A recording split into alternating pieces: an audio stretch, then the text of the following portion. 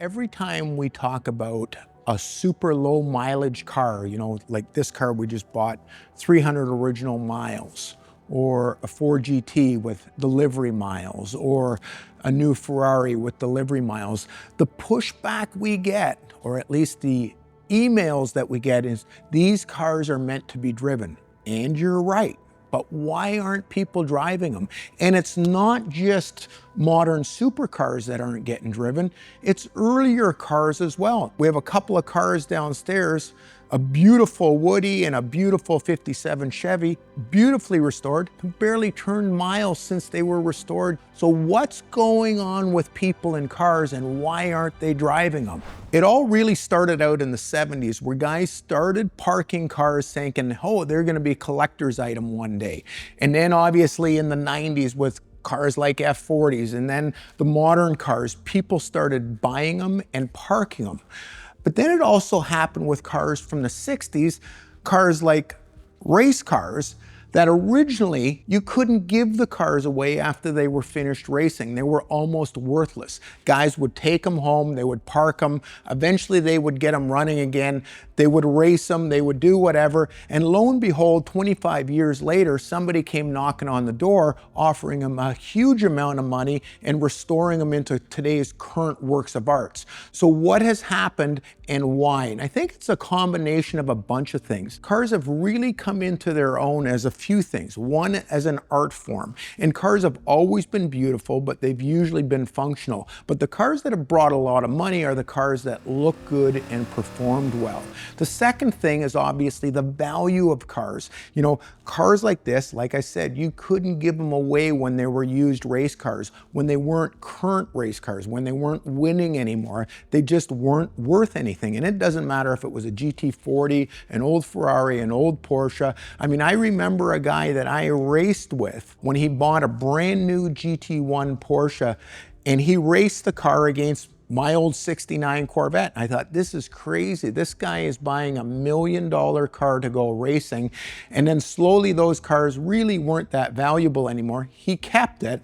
Well, lo and behold, as those cars became older and their significance was known by the rest of the world, those cars doubled, tripled, quadrupled. They're tenfold what they were. And now those cars are so valuable, they're not getting raced anymore. They're not even getting driven anymore. The other thing that's happened too is the cars are so good. A modern supercar like a LaFerrari, you can't use it anywhere. The only place you can use it, and it's a good thing these country club type tracks are coming around, but you can't begin to experience how good those cars are on a regular highway.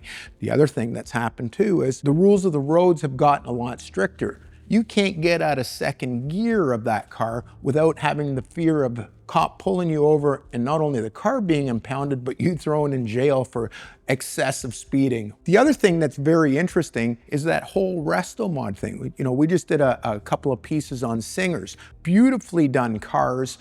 They work phenomenally well. They're kind of, let's take an old car, we love the look of the old car, but let's make it perform like a new car. Lo and behold, the second you have it performing like a new car and priced like a new supercar, guys aren't driving them. The ones we have downstairs, 200 miles, 300 miles.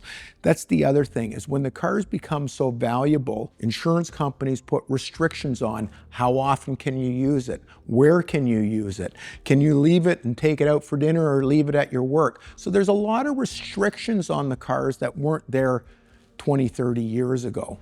Another prime example are Formula One cars. And it's funny, we're restoring a 1907 Itala Grand Prix car that's gonna go to Pebble this year. And that's the beginning of Grand Prix cars where guys would do, Peking to Paris. It's a 9,000 mile race. Then those cars became used race cars. They were always expensive cars, but they were used and used and used. And then finally you go, well, they're not really safe to drive any sort of distances today. The roads are certainly different today than they were in 1907, and there's just so much traffic. So a car like that ends up going to Pebble Beach instead of being driven. Then they came up with Corsa Cliente so customers could use their race cars, and it was a great idea.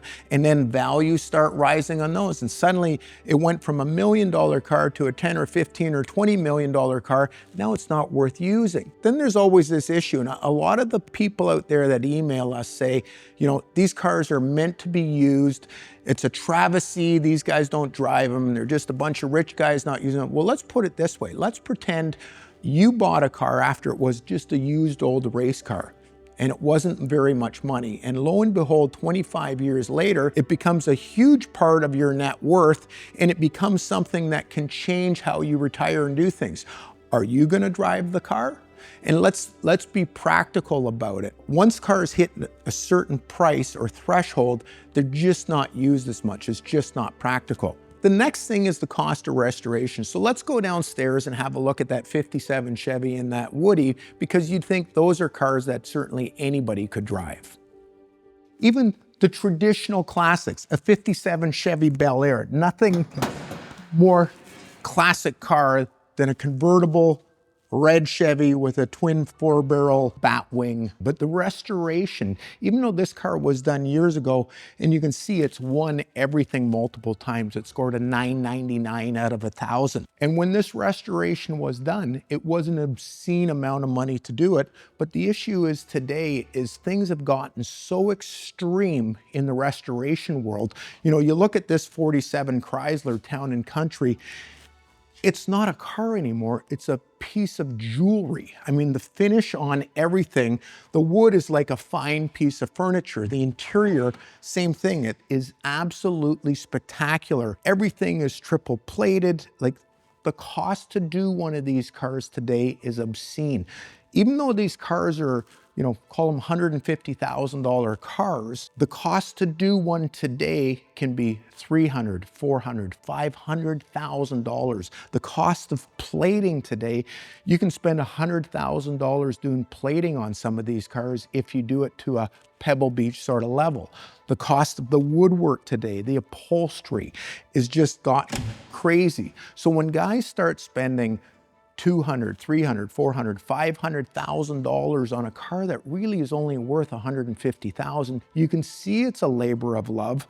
So they don't want to beat them up. They want them to look beautiful. They want them to be part of their garage art. And now guys are building these spectacular garage mahals. Used to be 20 years ago, the odd guy would have an industrial unit with a bunch of neon and stuff, and that would be really cool. Now guys are decking them out like homes. They're spending more money per square foot than they do on their home. It becomes their man cave, and it becomes their museum to display their art. So cars have gone from being usable transportation to functional engineering race cars to, you know, part of somebody's art collection to being a significant piece of their, you know, net worth or portfolio. Cars have really evolved from being transportation to being a lot more than that. And it just depends where you fall in the grand scheme of what you want your car to be. But I can see how guys are parking cars. I can see why guys want to race cars. I can see how guys want to take cars on tours, how guys want to show cars. There's a place for everybody. So I think it's important to not just say, that's crazy, every car should be used. They should be somewhat, but there's so much more than just automobiles now. So let us know what your thoughts are in the comments for this video. Should they be driven? Do you understand? I get there's no right or wrong here. Do you understand why guys park the cars? And if you were the guy that bought that old race car that was worth nothing and 25 years later it's worth a ton of money, would you still drive it?